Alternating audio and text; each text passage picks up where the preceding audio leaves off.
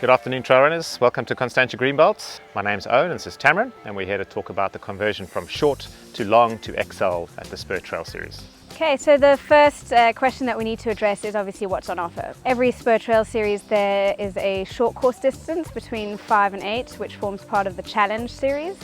And then there's a long course distance which is between 10 and 15 Ks, and that's the championship distance.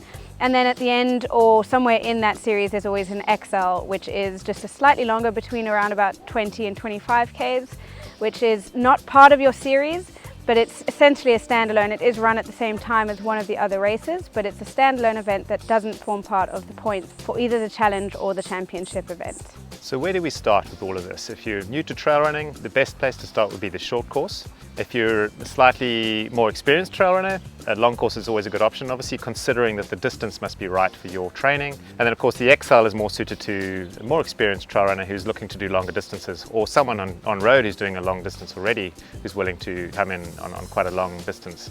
But as a beginner trail runner, really the essential thing with trail running is to start small and build up. The reason being is trail is very different to road, so you really want to kind of get that familiarity, understand the technical aspects of trail running, the demands on your body that are very different to road, and kind of build up your experience from there. So going from a short to a long, and then of course from the XL perspective, once you've entered the series and you've banked your 3 of the 4 races, you can then look at the XL as an additional option, as something just to push that little bit further in a slightly longer distance, using it as really an experience builder, or in fact even a training run for a slightly longer, slightly harder race. So the next question that we get very frequently is whether you can mix the distances within a series. So do a few of the short course and then a few of the long course, or do some of the long course and then the XL. The answer is obviously yes, you can. You can do whatever you like. You can do a short course one race, and then the next race you can do the long course, and then you could do the XL.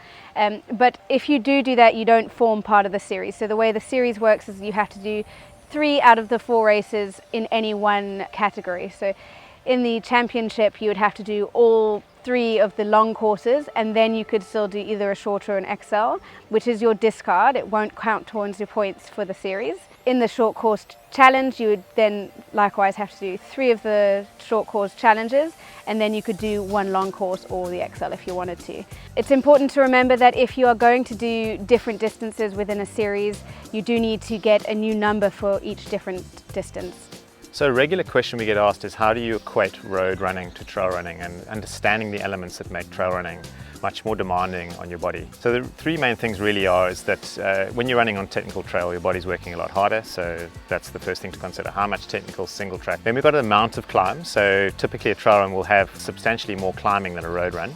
The third aspect is how much of that climb is steep enough to force you to walk. So it's important to understand, if you come to a Spur Trail Series with a 40-minute 10K, there's very little chance that you'll be doing that on a trail, and also importantly that every trail run is different. So it's important to factor these things in, and that's what makes trail running so interesting. There's no real one course that's the same as another. So the final question we get asked is, I'm not necessarily new to running, but I'm new to trail. Is the long course much more difficult and harder than the short course?